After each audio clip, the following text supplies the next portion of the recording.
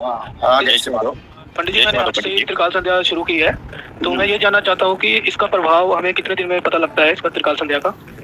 देखिए, आपके पास भक्ति भाव समर्पण अगर जरूर पवित्रता के साथ है, तो आप भागवत का ये संध्या 7 दिन करने से भी आपको कुछ आभास जरूर मिलेगा।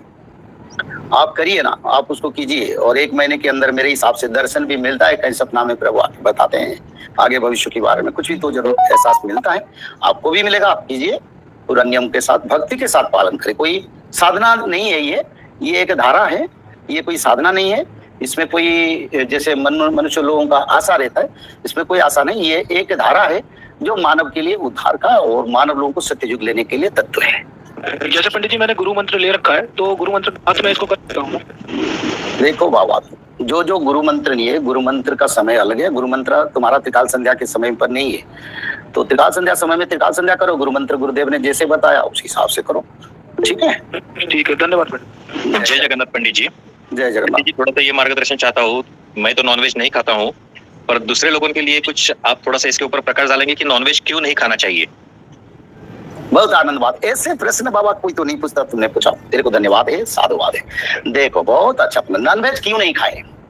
देखो, जीव भूत सनातन, भगवत गीता की पुरुषोत्तम युग में कृष्ण जी अर्जुन को बुलाए, जीव भूत सनातन, जिसमें जीव है, जो चल प्रचल है, जो खाता है पीता है, क्रिया कर्म करता है, बात नहीं कर पाता है भला, वो सभी सनातनी है।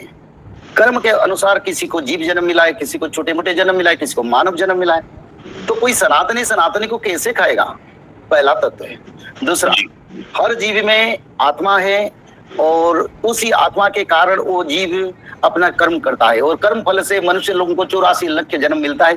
कोई मछली जन्म, कोई बकरी जन्म, कोई मुर्गी जन्म, कोई हाथी घोड़े बाघ बिल्ली पेड़ पौधे जैसे ऐसे जन्म मिलता है कर्म के अनुसार। क्या कर्म है ना? जिन लोगों ने जीव हत्या किया, पाप किया, पराय का अनुष्ठ किया, अनिष्टता किया, देवता को सेवन नहीं किया, भगवान का पूजन नहीं किया, धर्म नहीं किया, धर्म को विरोध किया, उन लोगों को ऐसे जन्म मिलता है।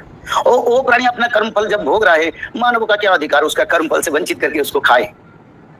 तो इसलिए शास्त्र ये कहता है 56 करोड़ की जीव जंतु में ब्रह्म का सत्ता है, भगवान का सत्ता है, और भगवान का सत्ता जिस शरीर में है, उस शरीर को अगर हम मारते हैं, खाते हैं, तो हमको ब्रह्म हत्या पाप लगता है, और ब्रह्म हत्या पाप का निदान कुछ नहीं है। तो इसलिए एक जीव दूसरा जीव को खाने को नियम नहीं है, एक जीव दूसरे जीव को मदद करने के लिए नियम है। श्रीमद् भागवत जी में पुराण में लिखा है, मनुष्य को सारे जीव जंतु का ख्याल रखना चाहिए, सबका सहयोग करना चाहिए। पर हम आतताई कैसे बने, हम टेररिस्ट कैसे बने, हम उपद्रवग्रस्त कैसे बने? तो ये तत्व असुरिक तत्व है, जिसका पास असुरिक तत्व है, जीव हत्या करता है। जो सनातन है वो कभी जीव हत्या नहीं किया, और कभी अपने जीवन में जीव हत्या करने वाले लोगों के कर्म से और उन लोगों से कर्म से कभी जड़ित नहीं हुए।